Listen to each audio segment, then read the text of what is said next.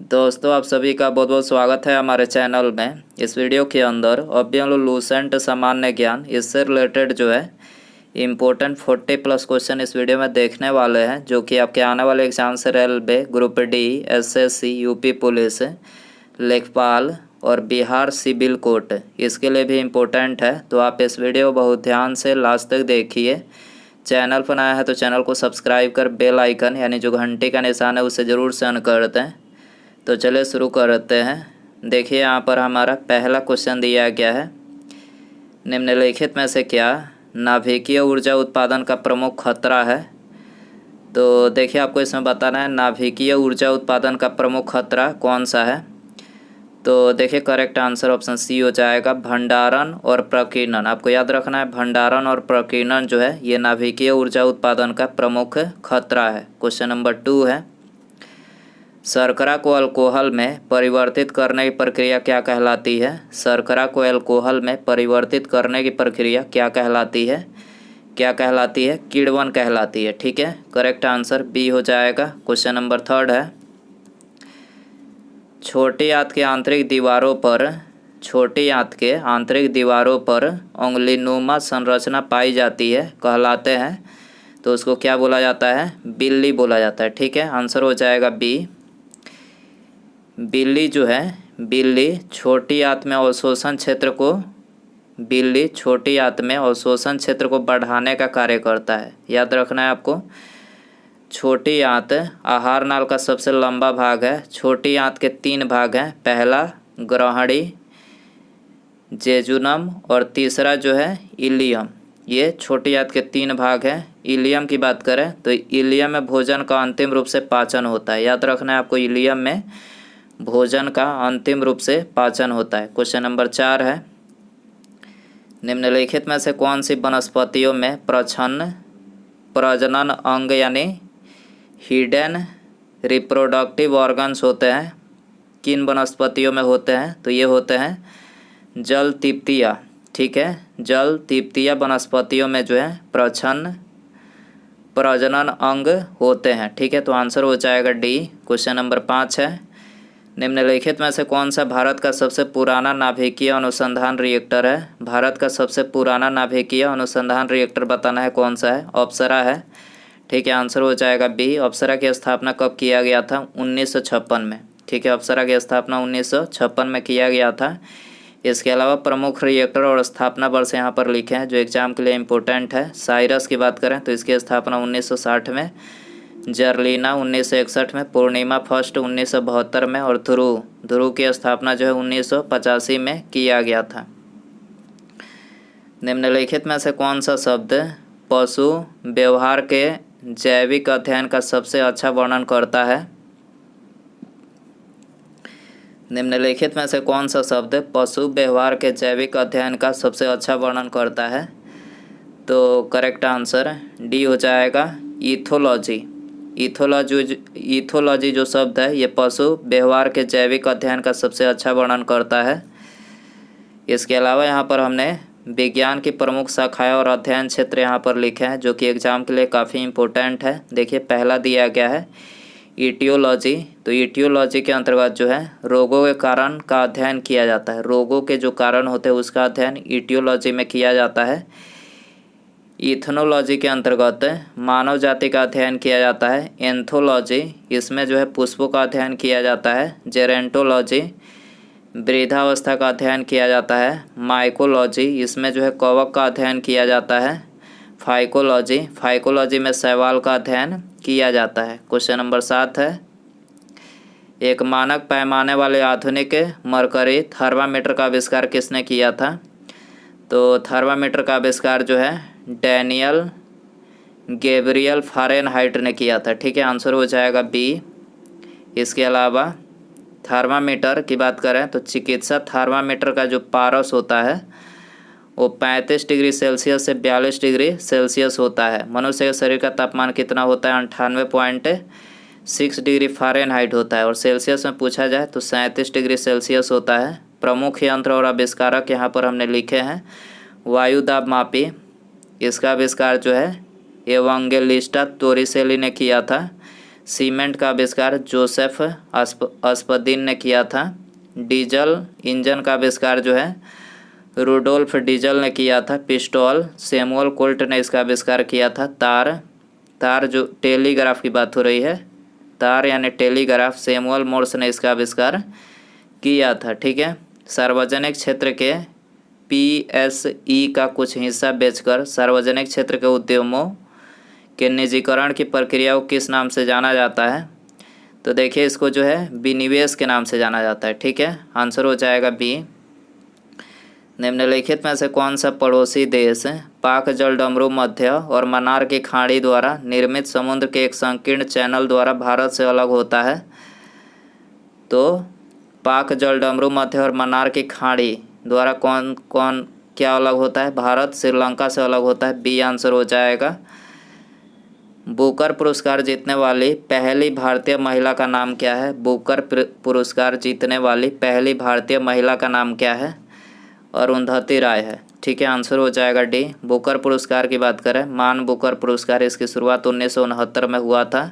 मान बुकर पुरस्कार साहित्य के क्षेत्र में नोबेल पुरस्कारों के बाद सबसे बड़ा पुरस्कार माना जाता है, याद रखना है। क्वेश्चन नंबर 11 है, सर विलियम जोन्स ने डैश में एशियाटिक सोसाइटी की स्थापना की थी? कब की थी? 1784 में किया था। ठीक है। आंसर हो जाएगा डी। निम्नलिखित में से किसमें जेनेटिक इंजीनियरिंग शामिल है? किसमें जेनेटिक इंजीनियरिंग शामिल है? जीन क्रांति में शामिल है। ठीक है। जीन क्रांति में। डी आंसर हो जाएगा। निम्नलिखित में से कौन सा स्मारक किंग जॉर्ज पंचम और क्वीन मैरी का भारत में स्वागत करने के लिए बनाया गया था, जो गुजराती शैली से प्रभावित था? तो क्या बनाया गया था? जॉर्ज पंचम, किंग जॉर्ज पंचम और क्वीन मैरी का भारत में स्वागत के लिए गेटवे ऑफ इंडिया को बनाया गया था। ठीक है। जो कि गुजराती शैली से प्रभावित था। तो बी आंसर हो जाएगा। गेटवे ऑफ इंडिया की स्थापना की बात करें 4 दिसंबर 1924 को हुआ था। जलियांवाला बाग हत्याकांड 13 अप्रैल 1919 को हुआ था। इंडिया गेट का वास्तुकार एडविन लुटियंस थे। इंडिया गेट के मसाल को अमर जवान ज्योति कहते हैं। इंडिया गेट का जो मसाल है उसको क्या बोलते हैं? अमर जवान ज्योति। ठीक है। नादिर शाह ने डैश में भारत पर हमला किया और दिल्ली में लूटपाट की थी? कब किया था नादिर शाह ने भारत पर हमला? तो ये किया था 1739 में। ठीक है। तो आंसर हो जाएगा ऑप्शन ए। क्वेश्चन नंबर 15 है, पुस्तक बहुरूपी गांधी किसने लिखी है? पुस्तक बहुरूपी गांधी किसने लिखी है? तो ये अनुबंधोपाध्याय ने लिखा है। ठीक है। तो आंसर हो जाएगा बी। केरल में मोपाला विद्रोह, जिसे मालाबार विद्रोह के नाम से भी जाना जाता है, कब हुआ था? तो देखिए ये हुआ था 1921 में। ठीक है। आंसर हो जाएगा ऑप्शन ए। अजंता गुफाएं कहाँ स्थित है? अजंता गुफाएं कहाँ स्थित है? महाराष्ट्र में स्थित है। ठीक है। आंसर हो जाएगा सी। प्रमुख गुफाएं और स्थिति यहाँ पर हमने लिखे हैं। पहला, बाघ की गुफाएं कहाँ पर है? मध्य प्रदेश में है। एलोरा गुफाएं महाराष्ट्र में है। बराबर गुफाएं बिहार गया में है। चंदी देवी गुफाएं छत्तीसगढ़ में है। एलिफेंटा गुफा मुंबई में है। बादामी गुफा कर्नाटक में है। 12 गुफाएं महाबलीपुरम में है। बोरा गुफाएं आंध्र प्रदेश में है। भीमबेटका मध्य प्रदेश के रायसेन में है। कोविड-19 वैक्सीन पाने वाले पहले भारतीय कौन बने हैं? पाने वाले पहले भारतीय कौन बने हैं? कोरोना का वैक्सीन सबसे पहले किनको लगा था? तो ये मनीष कुमार को लगा था। ठीक है। मनीष कुमार जो कि एम्स के एक सफाई कर्मी थे। ठीक है। इनको जो है कोरोना का पहला वैक्सीन लगाया गया था। महात्मा गांधी की फ़ोटो नोट पर कब छपी? ये भी क्वेश्चन काफ़ी बार एग्जाम में पूछा जा चुका है। महात्मा गांधी जी की फ़ोटो जो है नोट पर कब छपी थी? 1969 में छपी थी। ठीक है। आंसर हो जाएगा बी। भारतीय निर्वाचन आयोग के अनुसार राजनीतिक दल चुनाव पूर्व किस अवधि में अपना घोषणा पत्र जारी नहीं कर सकता? तो 48 घंटे पूर्व जो है जारी नहीं कर सकता। आंसर हो जाएगा बी। भारत के राष्ट्रीय जल मार्ग NW1 यानी नेशनल वाटरवे फर्स्ट के अनुसार इलाहाबाद प्रयाग हल्दिया मार्ग की लंबाई प्रसार कितना किलोमीटर में है? तो इसकी लंबाई जो है नेशनल वाटरवे फर्स्ट की जो लंबाई है 1620 किलोमीटर है। आंसर हो जाएगा डी। कंप्यूटर और इंटरनेट के क्षेत्र में डब्लू 3 बार WWWC का पूर्ण रूप क्या है? तो देखिए इसका जो पूर्ण रूप है वो है वर्ल्ड वाइड वेब कंसोर्टियम। ठीक है, इसका फुल फॉर्म है, ये आंसर हो जाएगा। भारत सरकार द्वारा जल क्रांति अभियान किस वित्तीय वर्ष के दौरान शुरू किया गया था? भारत सरकार द्वारा जल क्रांति अभियान किस वित्तीय वर्ष के दौरान शुरू किया गया था? तो ये 17-18 में शुरू किया गया था। ठीक है, आंसर हो जाएगा बी। श्री गुरु नानक देव जी का जन्म राय भोई की तलवंडी वर्तमान में ननकाना साहिब में डैश में हुआ था। कब हुआ था? तो गुरु नानक का जो जन्म हुआ था ये 1469 में हुआ था। ठीक है, आंसर हो जाएगा सी। 25 है। भारत में दोनों सदनों लोकसभा और राज्यसभा द्वारा प्रस्तुत और पारित किए गए सभी विधेयक डैश के अनुमोदन के बाद ही लागू हो सकते हैं। तो ये राष्ट्रपति के अनुमोदन के बाद ही लागू हो सकते हैं। ठीक है, आंसर हो जाएगा डी। डैश में स्थित चैलेंजर द्वीप को पृथ्वी पर ज्ञात सबसे गहरा बिंदु माना जाता है। तो ये मरियाना खाड़ी में स्थित है। ठीक है, मरियाना खाड़ी में स्थित चैलेंजर द्वीप को पृथ्वी पर ज्ञात सबसे गहरा बिंदु माना जाता है। डी आंसर हो जाएगा। मरियाना गर्त प्रशांत महासागर में स्थित है। मरियाना गर्त की गहराई 11,022 मीटर है। प्यूर्टोरिको खाड़ी उत्तरी अटलांटिक महासागर में मौजूद है जिसकी गहराई 8605 मीटर है। टोंगा गर्त दक्षिणी प्रशांत महासागर में स्थित है जिसकी गहराई 10,880 मीटर है। जावा या सुंडा गर्त हिंद महासागर में स्थित है जिसकी गहराई 7725 मीटर है। MRTP अधिनियम 1969 में निम्नलिखित में से MRTP का कौन सा पूर्ण रूप सही है? MRTP का फुल फॉर्म आपको इसमें बताना है। तो देखिए यहाँ पर तीसरा जो ऑप्शन है ये सही है। MRTP monopolies restrictive trade and practices act.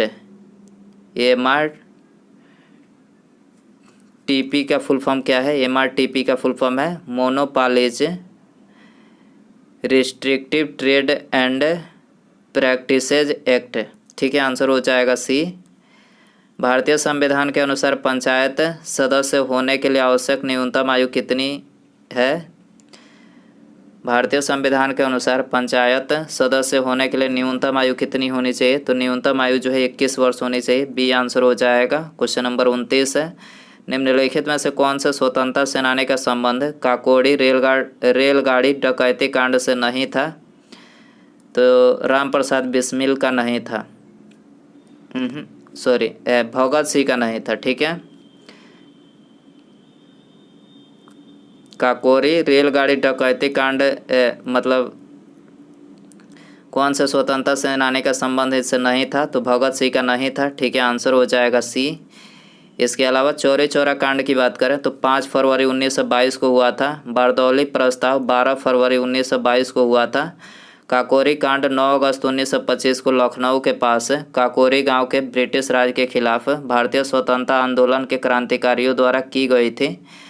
Kakori कांड कार्यवाही को हिंदुस्तान रिपब्लिकन एसोसिएशन के क्रांतिकारी राम प्रसाद बिस्मिल, अशफाक उल्ला खां, राजेंद्र लाहिड़ी, केशव चक्रवर्ती, मुकुंदी लाल, बनवारी लाल सहित 10 क्रांतिकारियों ने अंजाम दिया था काकोरी षड्यंत्र को। ठीक है, 19 दिसंबर 1927 को राम प्रसाद बिस्मिल, अशफाक उल्ला खान और रोशन सिंह को फांसी पर जो है लटका दिया गया था। याद रखना है आपको। क्वेश्चन नंबर 30 है। हम्पी को डैश द्वारा विश्व विरासत स्थल घोषित किया गया था? तो हम्पी को यूनेस्को के द्वारा, याद रखना, यूनेस्को के द्वारा जो है विश्व विरासत स्थल जो है घोषित किया गया था। डी आंसर हो जाएगा। विश्व व्यापार संगठन यानी WTO की स्थापना डैश में हुई थी? तो WTO की स्थापना जो है 1995 में हुई थी। करेक्ट आंसर ये हो जाएगा। प्रमुख संगठन और स्थापना वर्ष यहाँ पर हमने लिखे अंतर्राष्ट्रीय श्रम संगठन, इसकी स्थापना 1919 में। अंतर्राष्ट्रीय मुद्रा कोष 27 दिसंबर 1945 को। विश्व बैंक 1945 में। यूनेस्को 16 नवंबर 1945 को। WHO 7 अप्रैल 1948 को जो है इसकी स्थापना किया गया था। इनमें से कौन सा एक देश भूतपूर्व USSR का हिस्सा नहीं था? तो करेक्ट आंसर बी हो जाएगा। फिनलैंड जो है USSR का हिस्सा नहीं था। बी आंसर हो जाएगा। इसरो ने IRS डेटा प्राप्त करने के लिए अपने अंटार्कटिका के भारतीय स्टेशन में डैश की स्थापना की है। तो इसरो ने जो है IRS डेटा प्राप्त करने के लिए अंटार्कटिका के भारतीय स्टेशन में जो है AGEOS की स्थापना की है। डी आंसर हो जाएगा। निम्नलिखित में से किस राज्य में प्रसिद्ध सूर्य मंदिर स्थित है? तो प्रसिद्ध सूर्य मंदिर ओडिशा राज्य में स्थित है। डी आंसर हो जाएगा। कोणार्क सूर्य मंदिर का निर्माण नरसिंह देव ने करवाया था। नरसिंह देव प्रथम ने करवाया था। National informatics centre NIC dash में स्थापित किया गया था। कब किया गया था? 1976 में। ठीक है, आंसर हो जाएगा ऑप्शन ए। क्वेश्चन नंबर 36 है। सरिस्का राष्ट्रीय उद्यान डैश में स्थित है? तो सरिस्का राष्ट्रीय उद्यान जो है राजस्थान में स्थित है। ये आंसर हो जाएगा। एक्सेल में दाईं ओर सक्रिय सेल के साथ चयनित सेल को भरने के लिए किस शॉर्टकट कुंजी का उपयोग किया जाता है? एक्सेल में दाईं ओर सक्रिय सेल के साथ चयनित सेल को भरने के लिए किस शॉर्टकट कुंजी का उपयोग किया जाता है? तो ये CTRL+R का जो है उपयोग किया जाता है। ठीक है, CTRL+R आपको याद रखना है। क्वेश्चन नंबर 38 है। अस्थियों और दांतों में मौजूद रासायनिक द्रव्य कौन सा है? अस्थियों और दांतों में मौजूद रासायनिक द्रव्य कौन सा है? कैल्शियम फास्फेट है। याद रखना है। आंसर हो जाएगा ऑप्शन ए। निम्नलिखित में से किसको भूरा कोयला यानी ब्राउन कोल कहा जाता है? ब्राउन कोल किसे बोला जाता है? लिग्नाइट को। ठीक है, लिग्नाइट याद रखना है। डी आंसर हो जाएगा। एस्बेस्टस किससे बनती है? एस्बेस्टस किससे बनती है? कैल्शियम और मैग्नीशियम से बनती है। ये आंसर हो जाएगा। किसकी उपस्थिति के कारण चूने का पानी वायु में रखने पर दूधिया हो जाता है? किसकी उपस्थिति के कारण हो जाता है? ये आपके लिए होमवर्क क्वेश्चन रहेगा। ऑप्शन है आपके पास कार्बन डाइऑक्साइड, नाइट्रोजन, ऑक्सीजन या फिर सल्फर डाइऑक्साइड। तो दोस्तों, यदि आपको इसका आंसर पता हो तो कमेंट बॉक्स में ज़रूर बताएं, और वीडियो पसंद आया हो तो प्लीज़ वीडियो को लाइक करें, अपने दोस्तों में शेयर करें, और चैनल पर नया है तो चैनल को सब्सक्राइब करके बेल आइकन जो है ऑन करके ऑल नोटिफिकेशन पर क्लिक कर दें, ताकि जब भी मैं कोई नई वीडियो अपलोड करूं उसका नोटिफिकेशन जो है आपको सबसे पहले मिल सके। तो सब्सक्राइब करने के बाद बेल आइकन ऑन रखें। ठीक है, मिलते हैं अगले वीडियो में। नमस्कार, जय हिंद, जय भारत।